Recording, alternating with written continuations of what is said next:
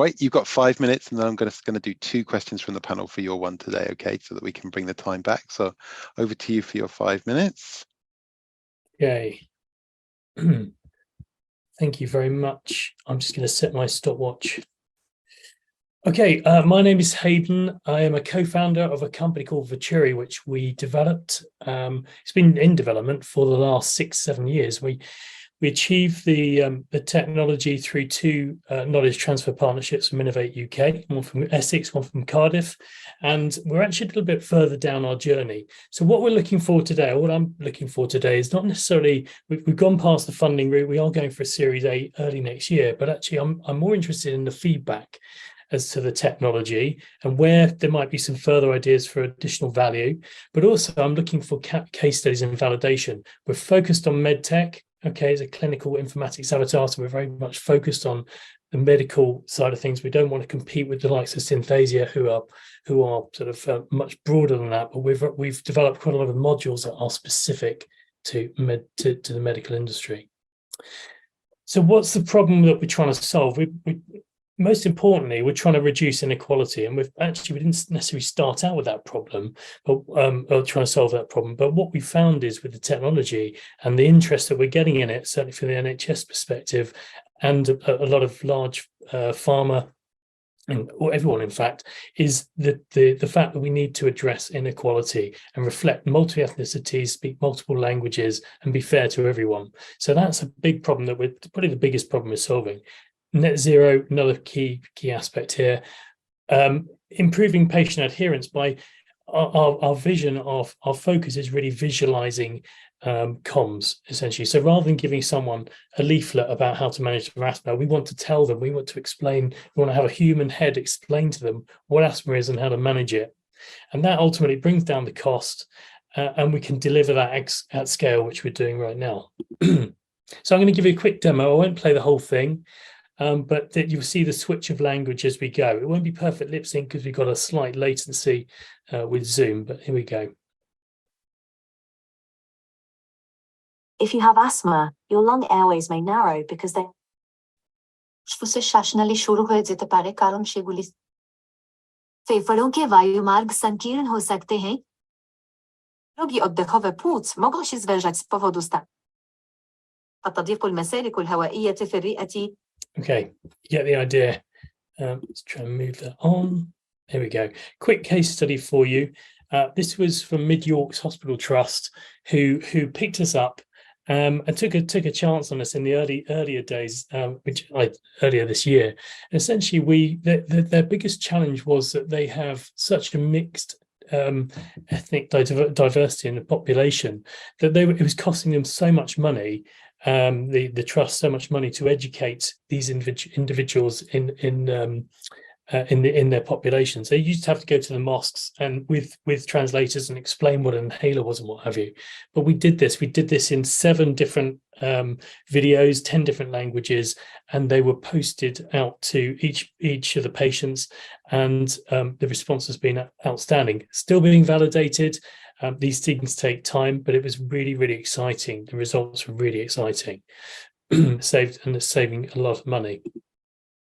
So there's a couple of features I'd like to just very briefly pick up on.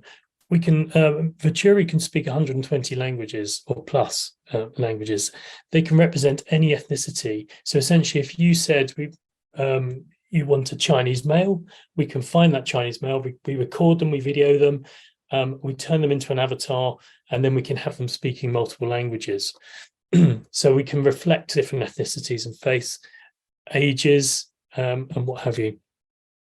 We have another thing I'll pick up on here is we've built an e-learning platform where we can have active directories where essentially we can track people going through learning, make sure they go through the sort of learning process. The use cases are really wide right now. Patient advocacy is huge for us, as is clinical trial recruitment into ethnic minorities, but also just patient information leaflets. I mean, it's endless, but I don't like to try and pigeonhole it because everyone's got their own view on it. So what's next? We're really into the validations. We're working with a number of universities who are helping us with this, which is very exciting.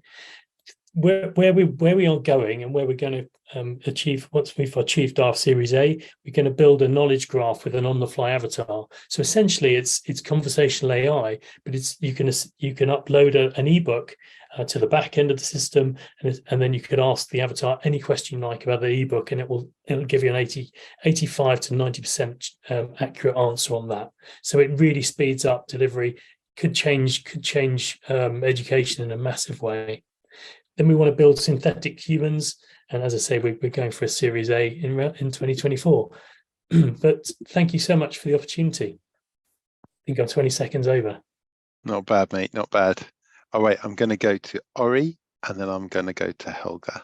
Okay, and then I'm going to ask Rachel for a reflection on Hayden's stuff. So, Ori, what do you want to do with this one? Well, first of all, I really love the demo. I was just wondering, considering that there are other like synesthesia, providers of AI-driven bots, humans, what are the specific things that you've done differently to set yourself apart and really stand out as the creator choice within health tech? Yeah, there's two things, Ori. One is that we've integrated something called pharmacovigilance. Pharmacovigilance is a module which essentially, if you were to use VirtTuri and ask it a question around, I've put this cream on my arm and my arm is bleeding, what should I do? It takes you through a process. So from a regulatory perspective, Synthesia won't touch this, because it's really important that that they're into mass market, which is fantastic. It's great for them. Ours is a lot more human touch too, because you can imagine when you do a translation, this is the second part, you do a translation, AI does a pretty rubbish job, to be fair, of translating. So we use professional healthcare professionals who will ultimately review that script and make it correct and what have you. But we have our own engine for avatar creation.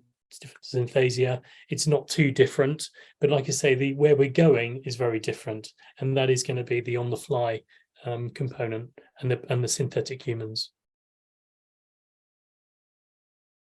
Nice, thank you. I think it's well worth pointing that out in the presser, because I think it's probably one thing that would make me go, So Yeah. Good point. Thank you. Brilliant, thanks, Helga. All right, I'm going to ask you for yours, then Rachel, your reflection, and Mohammed, if you're able to be ready for the next one. I don't know. Thank you. Thank you. I feel, Hayden, that you are sitting on top of this extraordinary technology, right? And we are going to be hearing about VirtTuri in 2 years' time and say, they were at the canopy that night, okay? But you have a really, really big challenge, which is to, convey what it is about, and then ensure that we are in a position to kind of give you valuable advice in 5 minutes, which is just ridiculously small amount of time. And I'm saying this for a reason, because if if I turned around to somebody here that doesn't know you very well, and I said to them, did you understand what VirtTuri does? Do you think that they'll be able to tell me? I'm not sure. I guess. I'll leave you with that thought. Thank you. That's really, I'll leave you with that thought. Like I said, it is a monumental task.